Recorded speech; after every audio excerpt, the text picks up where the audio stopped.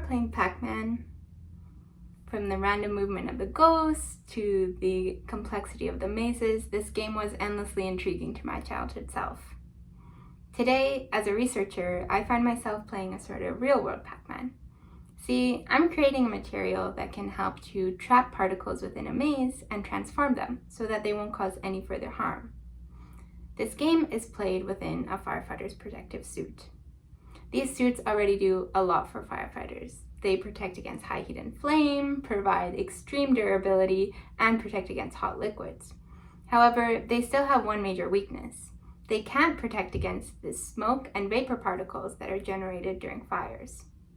Many of these particles are toxic to humans, and sadly, regular exposure to them has led to higher rates of cancer among firefighters compared to the general population. These particles act a little bit like ghosts in Pac-Man. It's very difficult to predict where they're going to go, and they're pretty good at mazes. Right now, the maze that they're facing is the fabric within a firefighter's protective suit. The yarn openings in the fabric allow the particles to get through and go onto the skin. Right now, the particles are super tiny compared to the large yarn openings, so they can easily solve this maze and get onto the skin.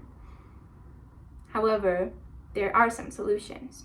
The first one, most obvious one, would be to eliminate the maze altogether. We could create a non-porous material so that if the particles are trying to get through the maze, they're stopped immediately because there's no openings for them.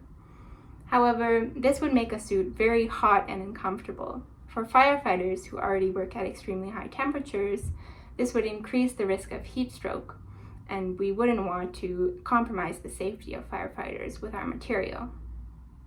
Luckily, like the ghosts in Pac-Man, these particles do have the potential to be cornered within a maze if it's challenging enough. We're going to create a sort of challenging maze using a nanofibrous membrane. This comprises of very, very tiny fibers that can be joined together to create a membrane that has really small pore sizes. Now, these pore sizes are going to make the maze harder, so it's easier for us to corner the particles. Once the particles are cornered, our Pac-Man comes in. That is metal oxide nanoparticles, which are going to be embedded into the fibers.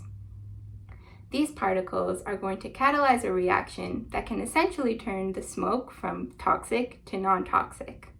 This material is going to enhance the occupational safety of firefighters so that they can continue to protect our communities against accidental fires without compromising their own health and safety.